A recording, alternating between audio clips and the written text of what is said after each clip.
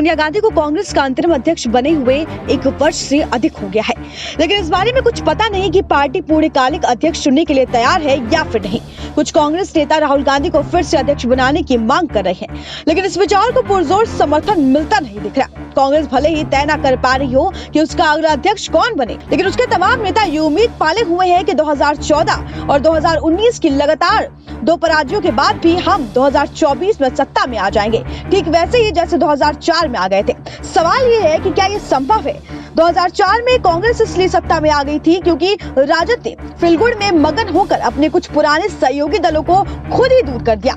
एक तरह से 2004 की जीत में खुद कांग्रेस की कोई खास भूमिका नहीं थी। हाँ, 2009 के चुनाव में कांग्रेस सरकार की कुछ सकारात्मकताएं जरूर उसके काम आ गई थी, पर उसके बाद और पहले की सपरंग सरकारों ने जो नकारात्मक काम किए उसके लिए मतदाताओं ने उसे 2014 में माफ नहीं किया। साल 2014 और 2019 के बीच कांग्रेस ने ऐसा कुछ नहीं किया जिससे लोगों को लगे कि कांग्रेस ने अल्पसंख्यकों का तुष्टीकरण करने और भ्रष्टाचार की अनदेखी करने की अपनी नीति छोड़ दी है।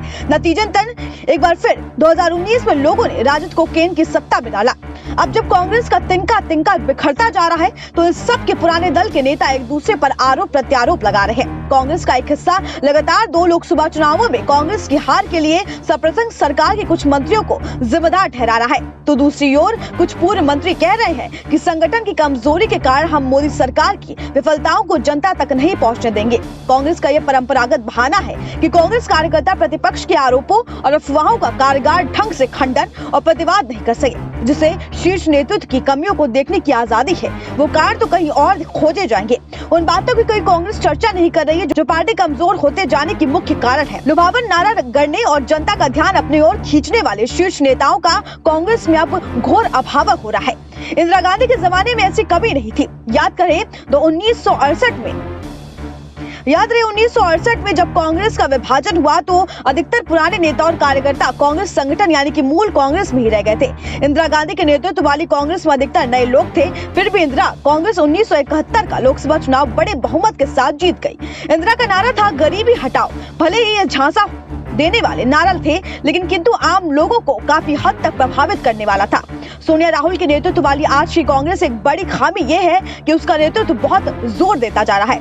राजस्थान का गतिरोध इसलिए लंबा खिंचा क्योंकि कांग्रेस नेतृत्व में राज्यों को विभिन्न क्षेत्रों और उनकी संभावनाओं को हवाला देती है। नतीजतन नई पीढ़ी के नेता निराश होकर एक कर कांग्रेस छोड़ते जा रहे हैं। कमलनाथ और नकुलनाथ के समक्ष ज्योतिरादित्य सिंधिया ने अपना भविष्य नहीं देखा तो बाहर चले गए।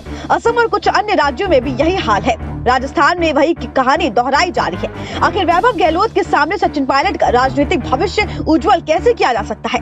राष्ट्रीय स्तर पर 2 चुनावी पराजयों के बाद सांप्रदायिकता और भ्रष्टाचार के मुद्दे पर कांग्रेस ने अपने पिछले रुख में अब भी कोई परिवर्तन नहीं किया। हाँ, पाकिस्तान और चीन को लेकर कांग्रेस नेताओं के आए दिन ऐसे बयान आते हैं जिससे उससे देश को ही खुशी होती है। दरअसल मर्ज कांग्रेस पार्टी के सिर में है या इसकी कवायद और इसका इलाज वो पैर का करने की कोशिश कर रहे हैं। Bureau report SPN9 news.